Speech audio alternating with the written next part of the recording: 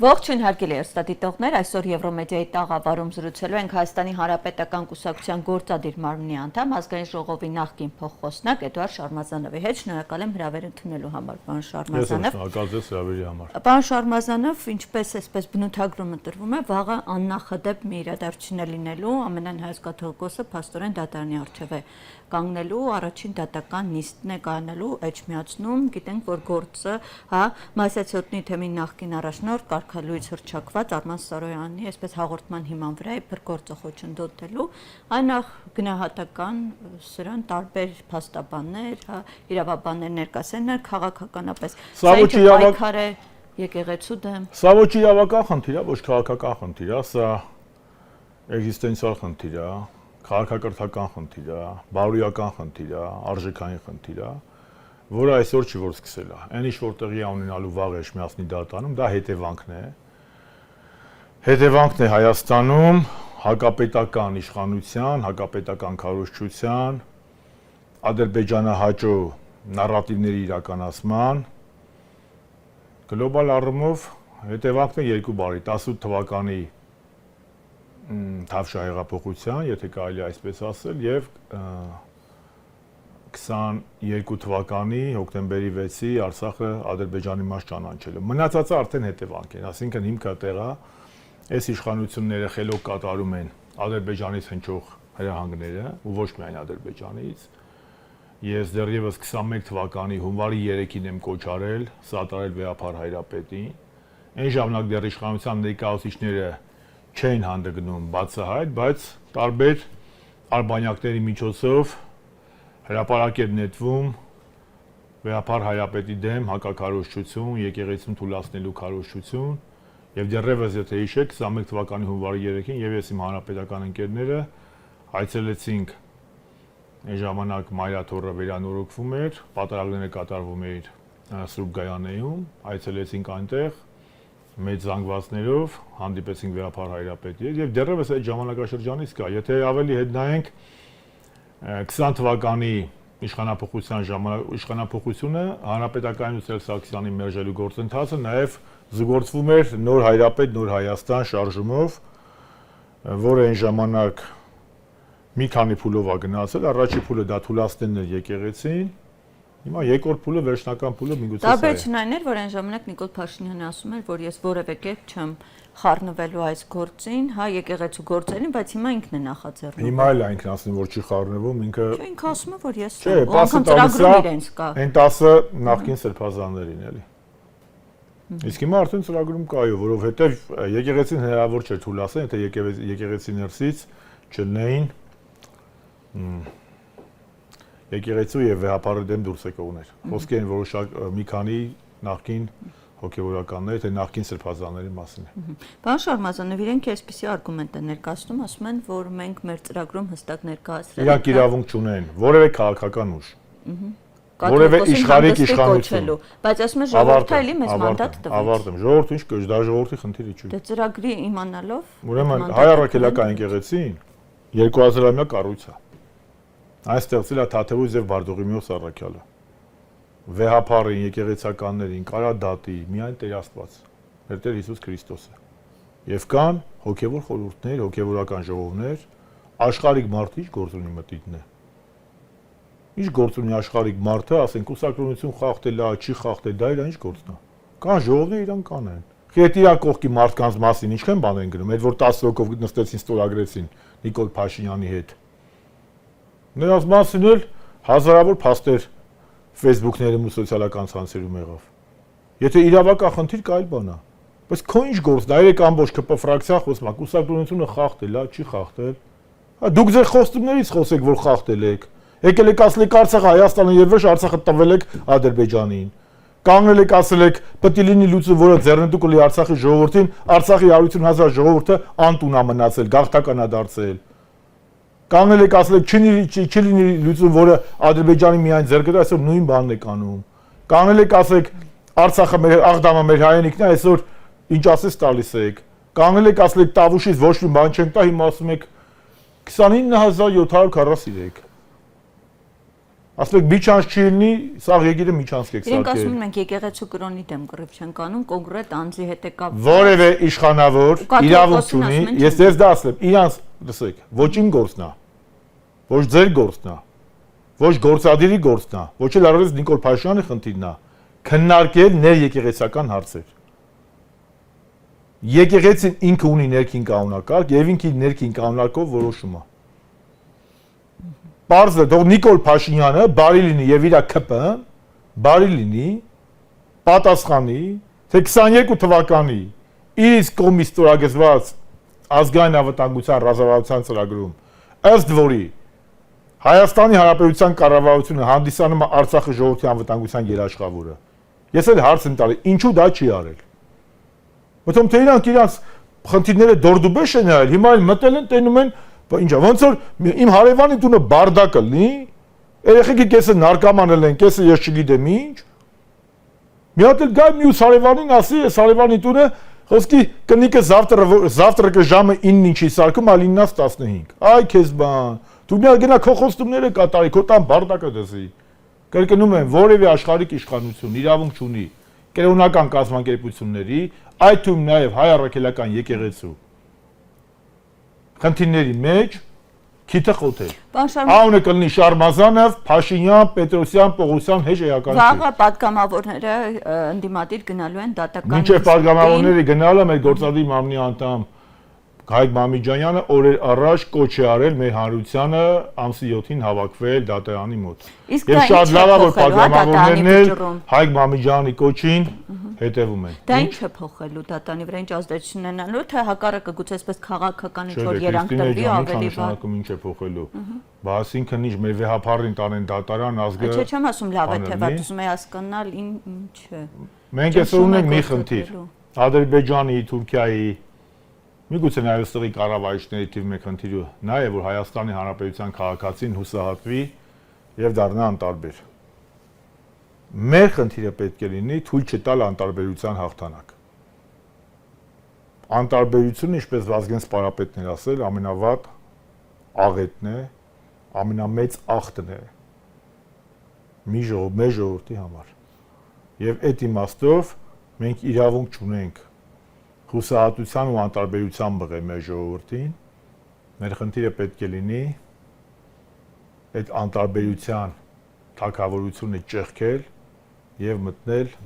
ազգային արժանապատվության արքայություն։ Պարոն Շարմազանով, այդ կարմիր գծին կհասնեն այդ կալանավորման որոշմանը, թե սա ընդհանրապես այսպես վախեցնելու ինչ-որ ճնշումների հոգեպես ճնշումներ ենթարկելու համար։ Ես չեմ կարող ասել, միգուցե հասնեն, բայց դրանով ինչ։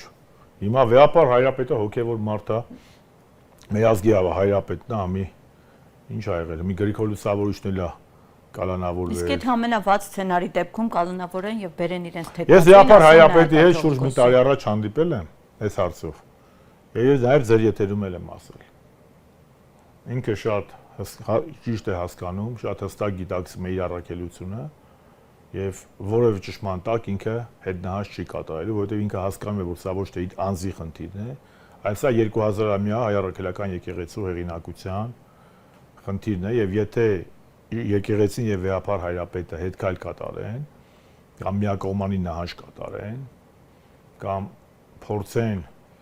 ապարել իշխանության դուդուկի տակ հազարներեղություն նման գնահատականի համար, ապա սա շատ վտանգավոր նախադեպ է։ Եթե այսօր Նիկոլն է փոխում վեհապարին, վաղը ես եմ գալու, ես եմ փոխելու, մյուս օրը դուք եք գալու, դուք եք փոխելու, այդ եկեղեցուց ինչ է մնալու։ Դրա համար եկեղեցին պետք է կարողանա իր մեջ ուժ գտնել, հասարակությունն էլ հետը եւ թույլ չտալ, որպեսզի այս ամենը կատարվի։ Ես համոզված եմ, որ սա այն հարցերից մեկն է, որ իշխանությունը պարտվելու է։ Ու եթե նույնիսկ բոլորին մենք տեսանք, որ հոգևոր դասը իր մեծամասնությամբ մնաց վեհապարի եւ եկեղեցու կողքին, հա չհաշված մի քանի հոգի մի Հիսուս Քրիստոսի կողքից էլ գնացին, էլի դա մի օրինաչափություն է։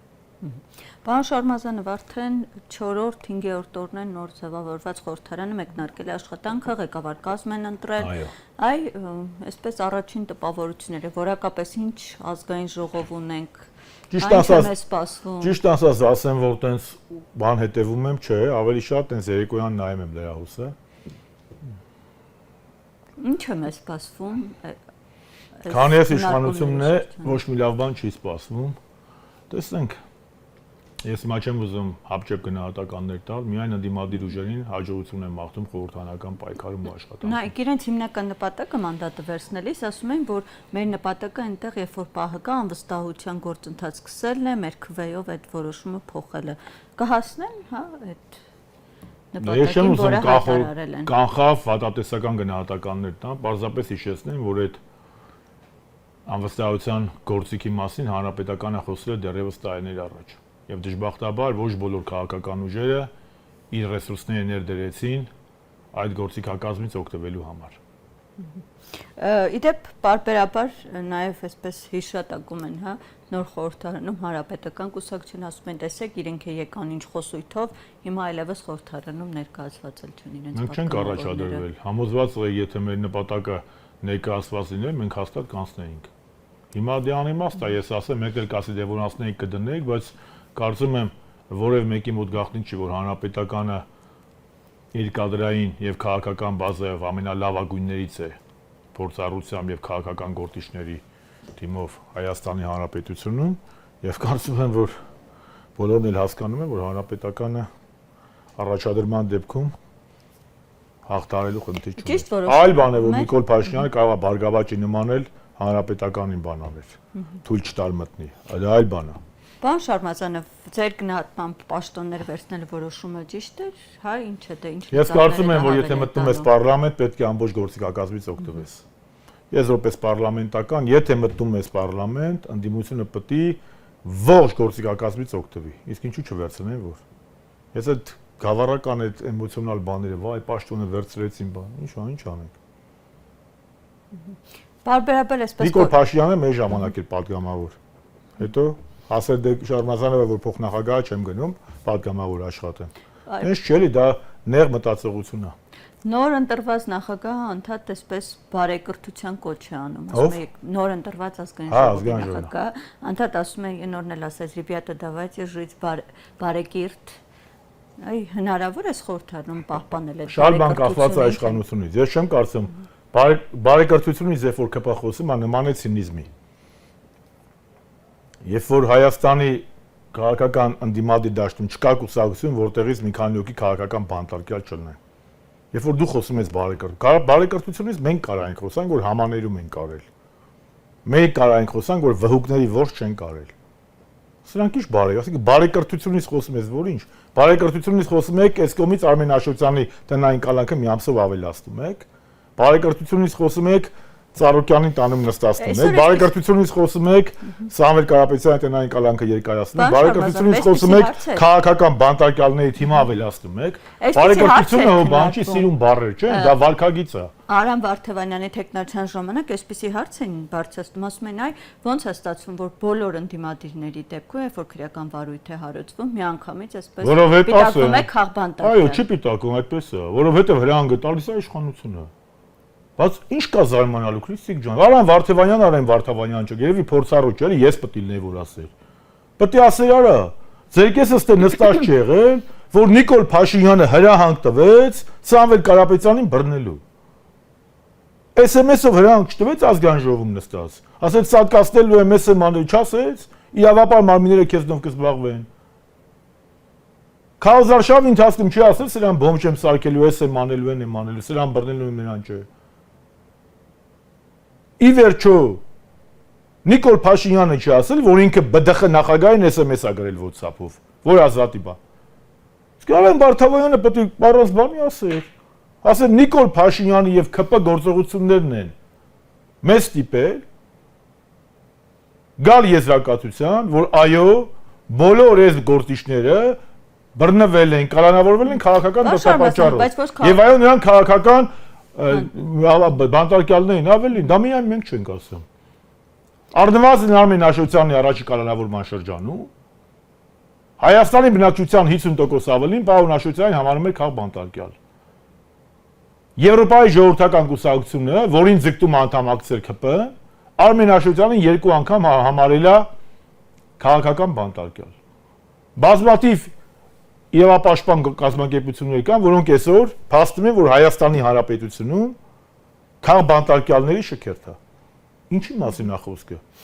Ամբողջ քարոզարշավի ընթացքում Նիկոլ Փաշինյանը զգուշացնում էր, անուններ էր տալիս, ասում է, այ դու նստել ես, ու այնպես չի, որ ընտրությունից հետո այդպես ընդդիմադիր գործիչների համար անակնկալ էր ինչ է սպասվում, բայց տպավորություններ, որ որևէ մեկը պատրաստ չէր նման սցենարի, չէին քննարկել թե Դե որովհետև Քրիստինե ջան, ընդդիմադիր այս գործիչների մի մաս իրանք անփորձ են, սա վատ իմաստով չեմ ասում, էլի ես եմ երբ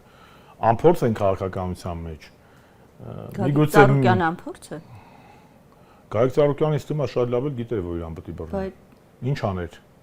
Ինչ աներ, էլի, ասինքն Գայք Ծառուկյանը կամ մենք ինչ աներ, պուլիմյոտը վեկալ է բուձենու պես կրակեր։ Չէ, ասում են ինչ օրինակ այն գիշեր, երբ որ Նիկոլ Փաշինյանը դեռ պարզ չեղավ ընտրությունները, լավ հայտարարեց մենք հաղթել ենք, ինչու կոչ շարեցին։ Ես կարծում եմ դա պետք է անեին այն ուժերը, որոնք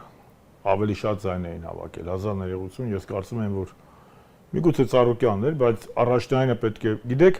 ում որ հասարակությունը շատ ձայն է տալիս, նրա պատասխանատվությունն էլ ավելի շատ է եւ իրավունքները։ Հիմա ինչու ես sense մեզ չեմ խոսում, բաներ չեմ ասում, որովհետեւ մենք չենք մասնակցել ընտրություններին, երկրորդը մենք շատ լավ գիտենք, որ այսօր ռեալ չի խոսել նրա մասին, որ հանրապետականը առաջատարություն վերցնի։ Փաստը սա է։ Չեմ ասում վաղը չի լինի, բայց այսօր մենք ես ռեալ քաղաքական գործիչ եմ, տեսնում եմ։ Դա լավի ու վատի բան չէ, էլի։ Դա խնդիր է, երբ որ դու տեսնում ես։ Եվ այդ իմաստով ես ասել եմ, եթերում եմ ասել, Տիտուլային ընդդիմության իմ կարծիքով գլխավոր բաստողումը ընտրություններից հետո եղել է, որ նրանք ընտրության գիշերից մինչև սահմանադրական դատանի վճիռ որևէ լուրջ փողոցային օրինական գործողություն չեն իրականացրել։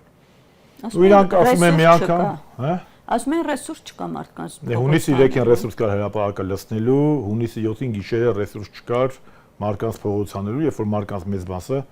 գոնե իմ տեսած մարդկանց մեծ մասը անարդարության զգացումից պատրաստ էին փողոցային օրինական պայքարի։ Պարոն Շարմազան, ըստ քաղաքական խնդիրներին զուգահեռ, հա, տնտեսական, սոցիալական շատ խնդիրներն են խորանում այդ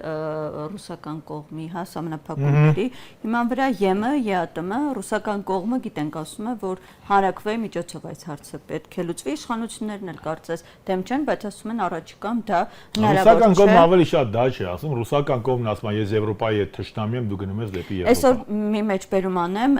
հա, այսպես իրենց ԱԳՆ, այսպես պաշտոնյաներից մեկը ռուսական կողմին չէր ասում է Հայաստանի իշխանությունները դիվերսիֆիկացիա բառով քողարկում են Ռուսաստանի հանդեպ բաց այդ ճշնամական կեցված ворթեգրած Եվրամիության հետ մերձեցում է, այսպեսի մի հայտարարություն։ Դե Հայաստանի իշխանությունը կարող են պատասխանել, ասել դե դուք էլ Ադրբեջանի հետ եք դաշնակցային պայմանագիր կնքել 22 թվականին, բայց քաղաքականության մեջ պետք է հասկանան, որ այն ինչ որ կարելի է Միացյալ Նահանգներին, Բրիտանիային, Չինաստանին, Ռուսաստանին, ոսկե Լյուքսեմբուրգին, Հայաստանին, Վրաստանին դժվար մարսվի էլի։ Դրա համար ոչ թե ռուսների շահերի զերնելով պետք է Փաշինյանի այդ քայլը չաներ, այլ հենց Հայաստանի Հանրապետության քաղաքացիների շահերի զերնելով նա չպետք է նման չհաշվարկված եւ հակազգային որոշում կայացներ, որովհետեւ ակնհայտ է, որ դու պետք է հաշվարկես, որ Ռուսաստանը եւ Եվրոպական միությունը մտնում են կոնֆրոնտացիայի մեջ, ու դու հայտարարում ես Եվրոպա գնալու մասին, շատ լավ իմանալով, որ Եվրոպայում քեզ ոչ մեկ չի սպասում, դու խնդրեմ ես ստեղծում առնվազն հայ տնտեսվարողների եւ գյուղատնտեսական տնտեսությունների համար, մարդիկ հազարավոր տնտեսություններ ճկրելու են վարկի տակ, ել չեմ ասում, որ կարող է սանկցիաներ լինեն, կա չեմ բացառում։ Ես դա չեմ ողջունում, ես ինքս եմ ասել, որ Ռուսաստանը չպետք է գնա սանկցիաների ճանապարհով, որովհետև դրանից դժելու է հայ ժողովուրդը, բայց դա իմ ասելով չի։ Եվ երկրորդը, օրինակ, երեք կարդացի, որ ազգային ժողովի նախագահ հեռախոսազանգ է ունեցել Ուկրաինայի Գերագույն ռադայի ղեկավարի հետ։ Հիմա եթե սա լիներ սովորական ժամանակաշրջանում, հա, խնդիր չկա։ Հիմա սրա անհրաժեշտությունը ո՞րն էր, որ դու Ուկրաինայի կապ չունի։ Որտեղ Վրաստանի հետ խոսար, Հունաստանի հետ խոսար, Կիպրոսի հետ խոսար, լավ Ֆրանսիայի հետ խոսար։ Դու ասենք իշ կրակի վրա բենզին եք լցնում, թե ցուլի դեմը կարմիր բան եք գցում։ Լավ, մեզ պետք է թշտամանալ։ ՄԱԿ-ի անվտանգության խորհրդի պետություններից մեկի հետ։ Մենք դրանից որևէ հաջողություն ունենալու ենք, ոչ։ Քաղաքականությունը ասած քուչի բազարը ճարա, որ կամ խոսքի Վարդուշինադու Հրանուշի հետ խոսում ես։ Դա սա ոնց կարելի է։ Դա դուք հաշվարկ չեք անում։ Ու դրանից մի օր հետո Նիկոլ Փաշինյանը գնում է Եվրասիականի նիստին։ Միշուստինի հետ պետք է խոսա։ Պարոն Շարմազանովի, լավ ես նրանց լավ ուղեղ չունեք դուք արա։ Ես չեմ ասում թշտամացեք Ուկրաինայի հետ, եւ որևէ մեկի հետ մի թշտամացեք, բայց կարելի է դա չանել։ Քաղաքականության ոսկե օրենքը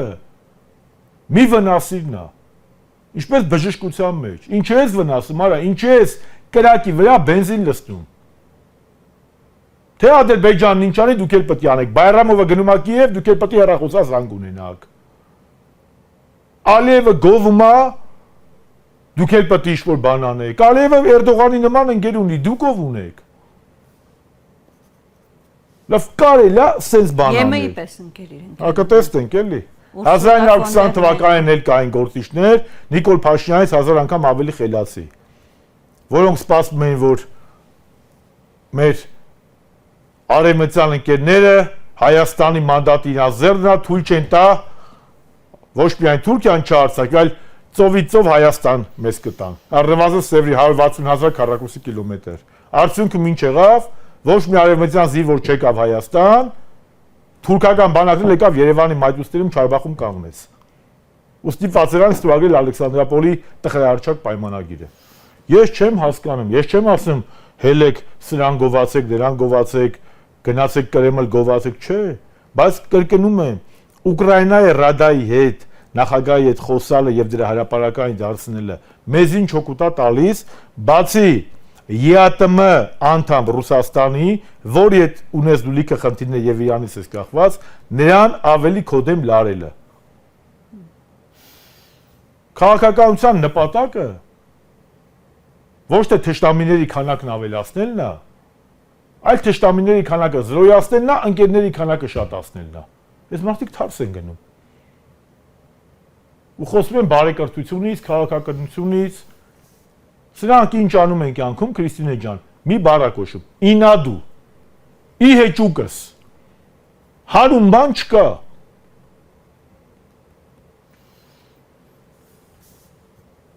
Այդ որ 29743, էդ էլ չի հանուն Հայաստանի։ Այդ ի հեճուկս են մարդկանց, ովքեր որ Արցախի համար պայքարեն, ովքեր Արցախը համարել են հայկական։ Դրանց մոտ հանուն չկա, սաղ ի հեճուկս է։ Ինադու Տեր-Պետրոսյան, Ինադու Քոչարյան, Ինադու Սերսակսյան, Ինադու Պուտինի, Ինադու Վեհափարի, Ինադու Պողոսի, Ինադու Պետրոսի։ Ինադու ասախ, հանուն Հայաստանի չկա, հանուն հայ ժողովրդի չկա, որտեղ եթե հանուն հայ ժողովրդի ու հանուն Հայաստանի լիներ, իրանք այսօր նման կտրուկ գալի չէին անի, որից հայ ժողովուրդը պետքա վնասներ քաղի։